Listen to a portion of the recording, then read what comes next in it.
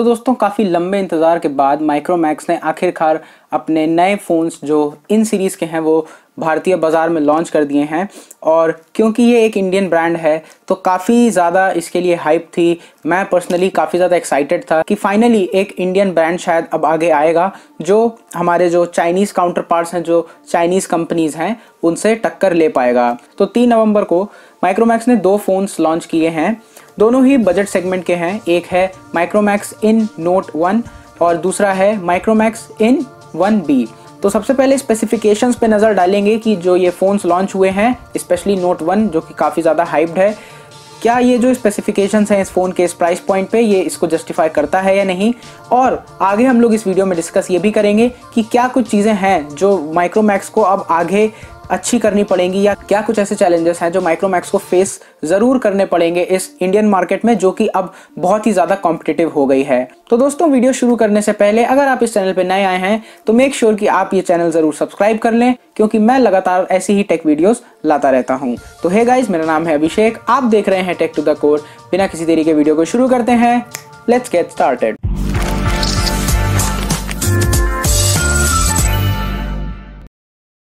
तो दोस्तों बात करते हैं सबसे पहले माइक्रोमैक्स इन नोट 1 की, जो कि 10,999 से स्टार्ट होता है और ये फ़ोन आपको 26 नवंबर से फ्लिपकार्ट और माइक्रोमैक्स की वेबसाइट पे मिल जाएगा। तो सबसे पहले स्पेसिफिकेशंस की बात करते हैं और देखते हैं कि क्या ये जो स्पेसिफिकेशंस हैं ये अपने प्राइस को जस्टिफाई कर पाते हैं या नहीं, और ये भी देखेंगे कि जो कॉम्पिटिशन है उसके सामने ये स्पेसिफिकेशंस कैसे हैं। तो सबसे पहले बेसिक्स की बात करते हैं। जो इस फ़ोन का प्रोसेसर है वो है मीडियाटेक का हीलियो G85 प्रोसेसर। अब ज़्यादा मैं कॉम्प्लिकेट नहीं करूँगा, सिंपल भाषा में ये इस प्राइस पॉइंट पे बहुत ही अच्छा प्रोसेसर है। इनफैक्ट अगर कॉम्पिटिशन देखें तो जितने भी फ़ोन्स हैं उसमें ये मीडियाटेक का हीलियो G85 प्रोसेसर ही बेस्ट प्रोसेसर है इस प्राइस पे। और यही प्रोसेसर आपको Xiaomi के भी फ़ोन्स में मिलेगा और इवन Realme के फ़ोन में भी आपको मिल जाएगा। तो प्रोसेसर के मामले में कोई भी इशू नहीं है, ये एक बहुत ही अच्छा प्रोसेसर है। इसमें आप आराम से गेमिंग कर सकते हैं, पबजी भी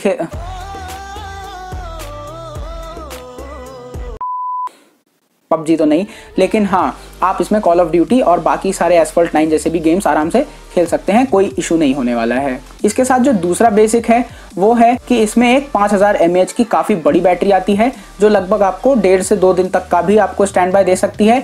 एटलीस्ट एक दिन तो ये आपका आराम से निकाल ही देगी अगर आप हैवी यूसेज करते हैं तो। उसके साथ आपको इसमें 18 वाट की फास्ट चार्जिंग भी मिलेगी, जो मेरे हिसाब से 1.5 से 2 घंटे में आपके फ़ोन को फुली चार्ज कर देगी। 5000 mAh की बैटरी के लिए 18 वाट की चार्जिंग बहुत अच्छी है और यहाँ पे भी मैं काफ़ी ज़्यादा इंप्रेस हुआ हूँ माइक्रोमैक्स के काम से। इसके अलावा इस फ़ोन में आपको USB Type-C का भी सपोर्ट मिल जाएगा और वैसे भी USB-C काफ़ी ज़्यादा एक कन्वीनियंट ऑप्शन होता है और कंपटीशन के सारे फ़ोन्स में आपको USB-C ज़रूर मिल जाएगा। तो दोस्तों इसके बाद आते हैं कैमरास पे। रियर कैमरे की मैं बात करूँ तो ये क्वाड कैमरा सेटअप है। इसमें 48 मेगापिक्सल प्लस 5 मेगापिक्सल का अल्ट्रा वाइड सेंसर और जो 2 मेगापिक्सल के 2 कैमरा हैं उसमें से एक मैक्रो सेंसर है और एक आपका डेप्थ सेंसर है। तो यहाँ पे भी कंपटीशन से बिल्कुल टक्कर लेता है माइक्रोमैक्स का ये इन नोट फ़ोन, और यहाँ पे भी ये फ़ोन किसी से भी पीछे नहीं है, एटलीस्ट स्पेसिफिकेशंस की अगर मैं बात करूं। और इसके अलावा आपको फ्रंट में 16 मेगापिक्सल का कैमरा मिल जाएगा, जो कि मेरे हिसाब से काफ़ी अच्छा है इस प्राइस पॉइंट पे।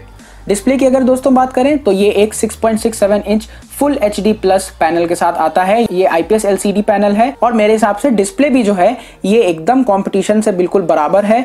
आपको सारे ही फोन्स में, आपको जो बेस्ट फोन्स है उसमें भी आपको डिस्प्ले की यही स्पेसिफिकेशंस मिल जाएंगी। तो यहाँ पे भी माइक्रोमैक्स ने काफ़ी अच्छा काम किया है। तो ये जो बेसिक्स हैं 4-5, इस पर माइक्रोमैक्स ने काफ़ी अच्छा काम किया है मेरे हिसाब से। और इसके साथ साथ मैं आपको कुछ और छोटे मोटे फीचर्स भी बता देता हूँ जो कि मेरे हिसाब से काफ़ी इंपॉर्टेंट रोल प्ले करेंगे। इसमें डेडिकेटेड SD कार्ड स्लॉट भी आपको मिल जाएगा। दोस्तों एक जो स्पेसिफिक पॉइंट है जिसपे मैं काफ़ी ज़्यादा इंप्रेस्ड हूँ माइक्रोमैक्स से कि उन्होंने इस बात पे इम्प्रूवमेंट किया है, और वो ये है कि इस फ़ोन में आपको सारे के सारे सेंसर्स आपको मिल जाएंगे। पहले के जो माइक्रोमैक्स के फ़ोन्स होते थे उसमें आपको सेंसर्स बिल्कुल नहीं मिलते थे, इवन आपको ऑटोमेटिक ब्राइटनेस सेंसर्स भी नहीं मिलते थे।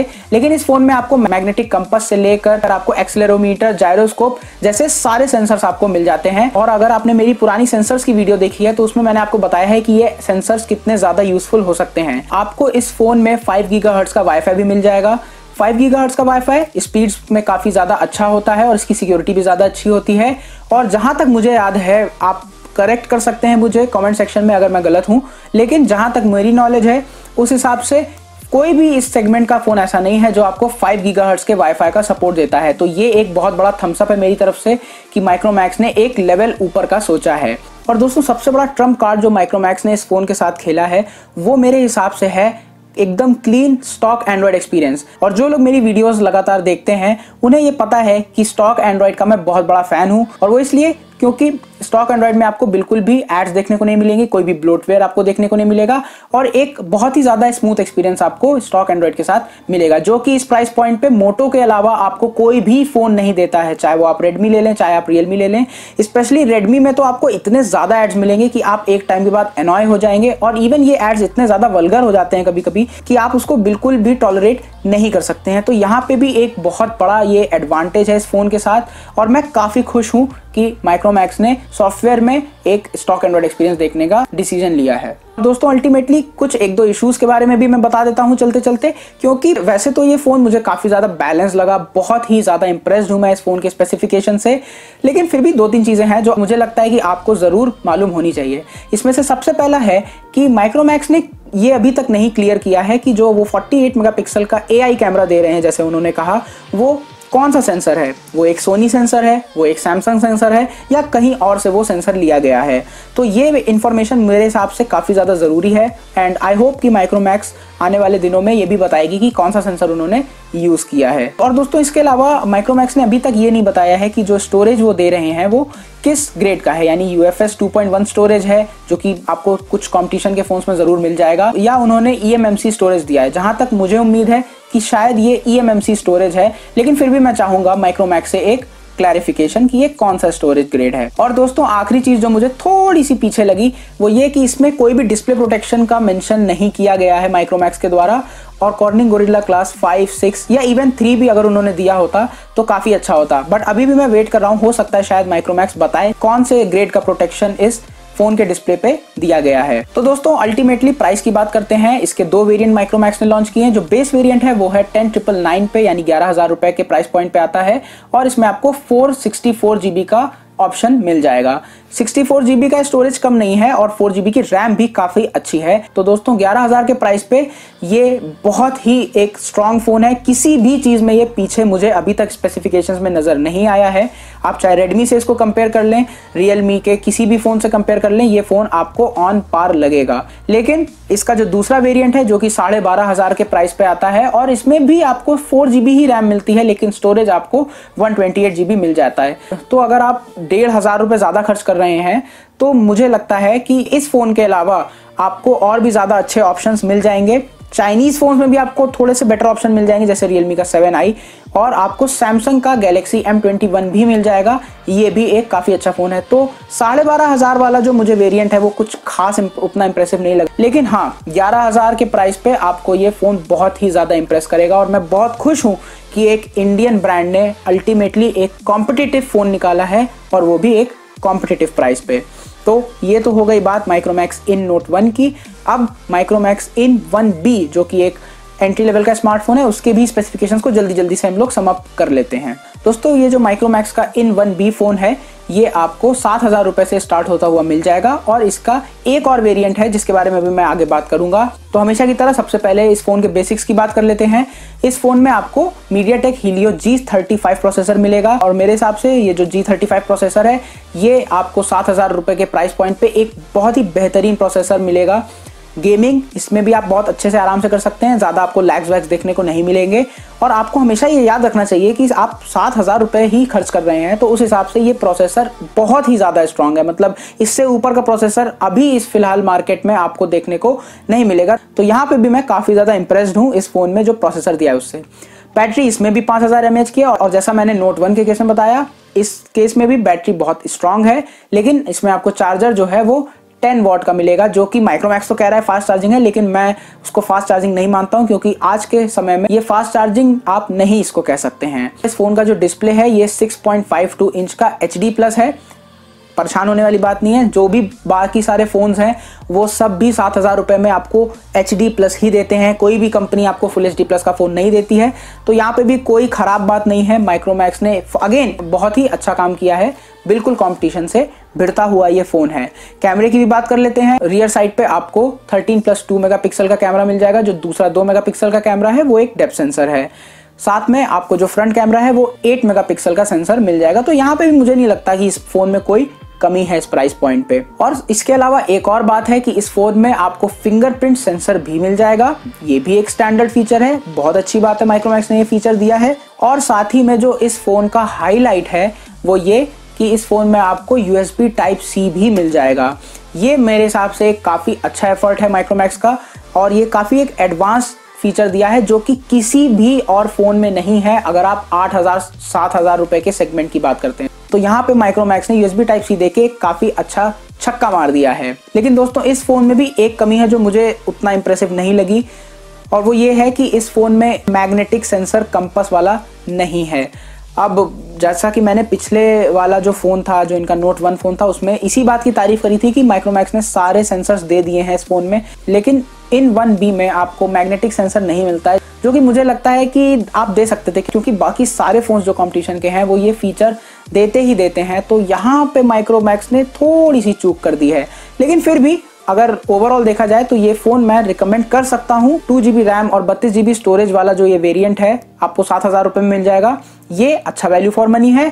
इवन जो 8,000 रुपये पे आपको मिलता है, 7,999 रुपये का प्राइस है, उसमें आपको 4GB प्लस 64GB का स्टोरेज मिलता है, जो कि ये ज़्यादा अच्छा मुझे एक ऑप्शन लगा। अगर आप 8,000 खर्च कर सकते हैं तो इस फ़ोन के साथ जाएं। अगर आप मेरे से ओवरऑल पूछें तो माइक्रोमैक्स ने इन दोनों ही फ़ोन्स के साथ एटलीस्ट स्पेसिफिकेशंस में कोई कमी नहीं छोड़ी है। ज़रूर आप इन दोनों ही फ़ोन्स को अपने चाइनीज़ जो काउंटर पार्ट्स हैं उसको छोड़ के ले सकते हैं, आपको काफ़ी ज़्यादा अच्छा फील होगा। तो दोस्तों ये तो हो गई बात इन दोनों ही फ़ोन्स के स्पेसिफिकेशंस की, और साथ ही में मैंने अपने ओपिनियंस भी बता दिए हैं जो स्पेसिफिकेशंस हैं। लेकिन अब बात करते हैं एक बड़ी पिक्चर की, कि क्या कुछ ऐसे चैलेंजेस हो सकते हैं जो कि माइक्रोमैक्स को इस इंडियन मार्केट में, जो कि बहुत कॉम्पिटिटिव हो गई है, उसमें सस्टेन करने में दिक्कतें थोड़ी सी पैदा ज़रूर कर सकती है। और माइक्रोमैक्स को इन गलतियों को दोहराना नहीं चाहिए, जिससे कि ये वापस से एक अच्छा ब्रांड बन सकें और एक बहुत ही बेहतरीन इंडियन ब्रांड बन के सामने आ सकें, और सबसे बड़ी बात, लोगों का ट्रस्ट जीत सकें। तो मेरे हिसाब से जो सबसे बड़ा चैलेंज है माइक्रोमैक्स का वो है उसकी सर्विस सेंटर की क्वालिटी, और इन शॉर्ट में आप कह सकते हैं जिसको सर्विस। तो माइक्रोमैक्स का मेरा भी पुराना एक्सपीरियंस रहा है, एंड आई एम श्योर कि आप में से काफ़ी सारे लोगों का ये एक्सपीरियंस रहा होगा कि उनके जो सर्विस सेंटर्स हैं वो एक बहुत ही बड़ा लेट डाउन अभी तक रहे हैं।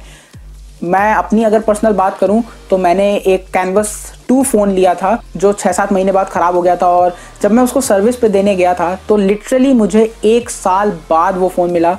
15 दिन करते करते उनके सर्विस सेंटर्स ने आगे बढ़ाते गए डेट, और उन्होंने इतना ज़्यादा डिले कर दिया कि मैं बिल्कुल फ्रस्ट्रेट हो गया। और मैंने तब डिसाइड कर लिया था कि ये माइक्रोमैक्स अगर ऐसी सर्विस रखेगी तो मैं इनके फ़ोन्स तो बिल्कुल भी नहीं खरीदने वाला हूँ। तो सर्विस का जो एक्सपीरियंस रहा है अभी तक माइक्रोमैक्स का, वो बिल्कुल भी कॉन्फिडेंस बूस्ट नहीं कर पाता है एज अ कस्टमर आपके ऊपर। लेकिन ये एक गोल्डन चांस है माइक्रोमैक्स के लिए, अगर वो अपने सर्विस सेंटर्स और सर्विस नेटवर्क को अच्छे से कर पाते हैं, जल्दी और अच्छी सर्विस दे पाते हैं अपने कस्टमर्स को, तो ये एक बहुत बड़ा एडवांटेज ज़रूर साबित होगा। और ट्रस्ट बिल्ड करने में मेरे हिसाब से सर्विस से ज़्यादा बड़ी चीज़ कोई नहीं हो सकती है। चाइनीज़ फ़ोन्स जो आए थे वो भी सर्विस में पहले बहुत ज़्यादा ख़राब थे, लेकिन धीरे धीरे उन्होंने सर्विस को काफ़ी ज़्यादा इम्प्रूव कर दिया। इस वजह से वो अब मार्केट लीडर्स बन गए हैं। तो माइक्रोमैक्स एक टेक कंपनी है, आई होप कि वो इस चीज़ को ज़रूर समझेंगे कि सर्विस बहुत ज़्यादा इंपॉर्टेंट है। इवन अगर आप चाइनीज़ ब्रांड्स को छोड़ दें, सैमसंग और नोकिया जैसे जो ब्रांड्स हैं वो बहुत ही बेहतरीन सर्विस देते हैं। आज की मैं बात नहीं कर रहा हूँ, मैं बात कर रहा हूँ बहुत पुराने समय से ये दोनों ही कंपनीज सर्विस बहुत ही ज़्यादा अच्छी देती हैं। तो माइक्रोमैक्स के लिए यहाँ पे एक बहुत बड़ा चैलेंज होने वाला है, और देखते हैं कि आने वाले समय में माइक्रोमैक्स कैसे सर्विस को अपने इम्प्रूव कर पाती है। दोस्तों दूसरा चैलेंज जो माइक्रोमैक्स के लिए मुझे काफ़ी ज़्यादा सीरियस लगता है वो ये है कि उन्होंने शुरुआत तो कर दी है एंटी चाइना सेंटिमेंट से अपने फ़ोन्स को प्रमोट करने की। इससे ऑब्वियसली काफ़ी ज़्यादा हाइप मिली है माइक्रोमैक्स के फ़ोन्स को, और जहाँ तक मेरा आपने अभी देख ही लिया है ओवरव्यू कि मैं काफ़ी इम्प्रेस्ड हूँ इन स्पेसिफिकेशन से। लेकिन मैं फिर भी ये कहना चाहूँगा कि जो एंटी चाइना सेंटिमेंट से ये ब्रांड ने शुरुआत करी है, इससे इसको अपनी इमेज थोड़ी सी अलग करनी पड़ेगी, क्योंकि ये सिक्का बार बार नहीं चलेगा आपका। अगर आप प्रोडक्ट अच्छा नहीं देंगे आने वाले समय में तो आपका ये एंटी चाइना सेंटिमेंट नहीं चल पाएगा और अल्टीमेटली कस्टमर्स को फिर से दूसरे ऑप्शंस की तरफ जाना पड़ जाएगा। तो यहाँ पे मैं ये कहना चाहूँगा कि आपने शुरुआत तो कर ली है, आओ करें चीनी कम और ऐसे कैंपेन्स के साथ, जिसमें आपने बॉर्डर पे जो हुआ है उसकी बात करी है, सबको दुख है उस बात का। लेकिन माइक्रोमैक्स को मैं ये कहना चाहूँगा कि वो एक टेक कंपनी है, तो वो अपने टेक्नोलॉजी से, अपने जो नए रिसर्च एंड डेवलपमेंट वाली जो चीज़ें हैं वो करके, उन्हें दिखा के, रिसर्च करके, और जो अपने नए फोन्स उनके आने वाले हैं उसमें इनोवेशन करके इस कंपटीशन को जीते। मैं नहीं चाहता हूं कि कोई भी कंपनी ये कह पाए कि माइक्रोमैक्स ने इंडिया के लोगों को एंटी चाइना सेंटिमेंट की वजह से अपने प्रोडक्ट्स खरीदने पे मजबूर किया है। मैं यही चाहूँगा कि as a tech company Micromax बहुत जाइंट लीप्स ले और कई सारे प्रोडक्ट्स ऐसे निकाले जो कि इन चाइनीज कंपनीज को बिल्कुल बाहर निकाल दे हमारे देश से। और जैसे माइक्रोमैक्स पहले रीब्रांडेड चाइनीज फोन्स मार्केट में ले आता था, ऐसा काम आई होप कि फ्यूचर में माइक्रोमैक्स ना करे। और जहां तक मुझे लगता है, मुझे उम्मीद है कि माइक्रोमैक्स ऐसा काम अब नहीं करेगी। So fingers cross for it. दोस्तों, इसके अलावा जो मैं माइक्रोमैक्स के एक चीज़ से नहीं इम्प्रेस्ड हूँ वो ये है कि उन्होंने जो एंटी चाइना सेंटिमेंट्स को यूज़ किया है, जैसे उन्होंने कहा कि मेरे ही देश में रह के मुझे ही जो है कंपटीशन से बाहर कर दिया चाइनीज कंपनीज ने। तो मैं माइक्रोमैक्स को यही कहना चाहूँगा कि वो ये ना भूलें कि क्यों माइक्रोमैक्स 2014-2013 में इतना ज़्यादा सक्सेसफुल हो पाया था। कि उस टाइम भी ऐसा नहीं है कि चाइनीज़ फ़ोन्स मार्केट में अवेलेबल नहीं थे या और कंपटीशन नहीं था, लेकिन क्योंकि माइक्रोमैक्स ने उस वक्त सही फ़ोन्स सही प्राइस पॉइंट पे निकाले थे, इस वजह से लोगों ने माइक्रोमैक्स को काफ़ी ज़्यादा अप्रिशिएट भी किया और इतने ज़्यादा फ़ोन्स खरीदे कि वर्ल्ड की टॉप 10 कंपनीज में भी माइक्रोमैक्स का नाम शामिल हो गया था। तो मैं उनको यही याद दिलाना चाहूँगा कि ऐसा नहीं है कि लोग चाइनीज़ ब्रांड ही खरीदना चाहते हैं या फॉरेन ब्रांड्स को ही प्रेफर करते हैं। जो हम इंडियंस हैं वो एक अच्छा प्रोडक्ट चाहते हैं, और जब आपने वो अच्छा प्रोडक्ट देना बंद कर दिया तभी लोगों ने आपके फ़ोन्स को खरीदना बंद कर दिया। तो मैं यही चाहूँगा कि आप कंपटीशन को ऐसे ही बरकरार रखें, और मैं ये भी होप करूँगा कि और भी कंपनीज इंडिया की आएँ जो माइक्रोमैक्स को भी एक कंपटीशन दें, ताकि हम लोग एक हेल्दी कंपटीशन देख सकें और अल्टीमेटली कंज्यूमर्स भी खुश हो पाएं। और अगर माइक्रोमैक्स को लगता है कि वो इमोशंस से अपने प्रोडक्ट्स को बेच सकती हैं, तो मैं एक बहुत ही बड़ा एग्जांपल उनको देना चाहूँगा, और वो मैं देना चाहूँगा नोकिया कंपनी का। आप देखिए, नोकिया ने वापसी तो करी है इंडियन मार्केट में अपने कई सारे फ़ोन्स लॉन्च करके, लेकिन आप भी जानते हैं कि वो फ़ोन्स जो हैं वो उतने वैल्यू फॉर मनी नहीं है। और यही कारण है कि नोकिया के साथ लोगों का बहुत बड़ा इमोशन होने के बाद भी आज नोकिया के फ़ोन्स कोई भी नहीं खरीद रहा है, और इसीलिए नोकिया आज भी टॉप 5-6 कंपनीज में भी इंडिया में नहीं आ पाता है। उनके फ़ोन्स बुरे नहीं हैं, लेकिन क्योंकि वो उतनी वैल्यू फॉर मनी नहीं दे पा रहे हैं, इसलिए नोकिया जैसा एक जाना माना बहुत पुराना ब्रांड जो कि वापसी कर रहा था इतने सालों बाद, वो भी नहीं टिक पाया। तो माइक्रोमैक्स को ये कुछ लेसन्स लेने चाहिए मेरे हिसाब से, और जो इमोशनल एक सेंटिमेंट है कि इंडिया का ब्रांड है, उसे ये छोड़ देना चाहिए। मेरे हिसाब से माइक्रोमैक्स सैमसंग से काफ़ी कुछ सीख सकती है। मैं एग्जांपल सैमसंग का इसलिए दे रहा हूँ क्योंकि उनके जो जे सीरीज़ के फ़ोन्स थे, मिड रेंज जो फ़ोन्स होते थे उनके, वो बहुत ही ज़्यादा पुअर होते थे, और मैंने कई बार उसकी बुराई भी करी है। लेकिन सैमसंग ने कभी भी एंटी चाइना सेंटिमेंट को नहीं यूज़ किया। उन्होंने अपने नए सीरीज़ फ़ोन्स निकाले जो कि एम सीरीज़ के फ़ोन्स थे, और वो काफ़ी अच्छे उन्होंने फ़ोन्स निकाले। तो बजट सेगमेंट में भी सैमसंग के फ़ोन्स काफ़ी ज़्यादा बिकने लग गए। तो अल्टीमेटली जो मैं ये कहना चाह रहा हूँ इतनी लंबी बातचीत के बाद, वो ये कि अगर माइक्रोमैक्स का प्रोडक्ट अच्छा रहेगा, इनफैक्ट किसी भी कंपनी का अगर प्रोडक्ट अच्छा है, उसकी सर्विसेज अच्छी हैं, तो वो ज़रूर बिकेगा। उसके लिए आपको इमोशंस के साथ डील करने की ज़रूरत नहीं है हर बात। और ये कस्टमर के पॉइंट ऑफ व्यू से भी सही है, क्योंकि अगर कस्टमर बेस्ट फ़ोन को नहीं ढूंढेगा या बेस्ट चीज़ को नहीं ढूंढेगा, तो फिर अल्टीमेटली हमारे देश का जो ओवरऑल टेक्निकल टेम्परामेंट है वो नहीं बढ़ पाएगा। तो ये मेरी एक थोड़ी सी शिकायत है, और आई होप कि माइक्रोमैक्स इस पे इम्प्रूवमेंट भी कर पाए। और दोस्तों, जो आखिरी चैलेंज जो मेरे हिसाब से माइक्रोमैक्स के लिए हो सकता है वो ये है कि उनको अपनी ये कंसिस्टेंसी को बरकरार रखना पड़ेगा। यहाँ पे मैं एग्जांपल देना चाहूँगा एसूस का। एसूस ने 2 बहुत ही अच्छे फ़ोन्स निकाले थे अपने मिड रेंज सेगमेंट में, जो कि थे एसूस का ज़ेनफोन मैक्स प्रो M1 और M2 फ़ोन्स। और वो दोनों ही फ़ोन्स काफ़ी ज़्यादा सक्सेसफुल हुए थे क्योंकि उसमें स्टॉक एंड्रॉइड एक्सपीरियंस था और बहुत ही अच्छे स्पेसिफिकेशन के साथ वो फ़ोन्स आते थे। लेकिन पता नहीं क्यों उसके बाद से एसूस ने कोई भी M सीरीज़ का फ़ोन ही नहीं निकाला, और ये जो इनकंसिस्टेंसी है ये एसूस को काफ़ी ज़्यादा भारी पड़ी होगी ज़रूर। तो मैं यही कहना चाहूँगा कि माइक्रोमैक्स भी ऐसी गलती ना करे, लगातार वो फ़ोन्स लॉन्च करते रहें, कॉम्पिटिटिव फ़ोन्स लॉन्च करते रहें जो कि कंसिस्टेंट भी हों, और अपने जो वादे हैं माइक्रोमैक्स के उस पर माइक्रोमैक्स खरा उतरे। तो काफ़ी लंबा ये वीडियो हो गया है। आई होप कि आपको ये वीडियो पसंद आया होगा।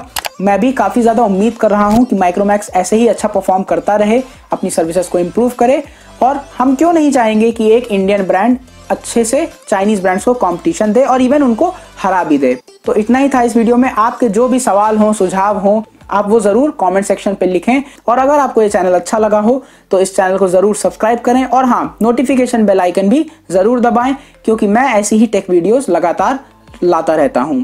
इसके साथ साथ आप मुझे सोशल मीडिया पे भी फॉलो कर सकते हैं, जिसके लिंक्स आपको स्क्रीन पे भी आपके नजर आ जाएंगे और आपको डिस्क्रिप्शन में भी ज़रूर मिल जाएंगे। मिलते हैं नेक्स्ट वीडियो में, तब तक के लिए गुड बाय।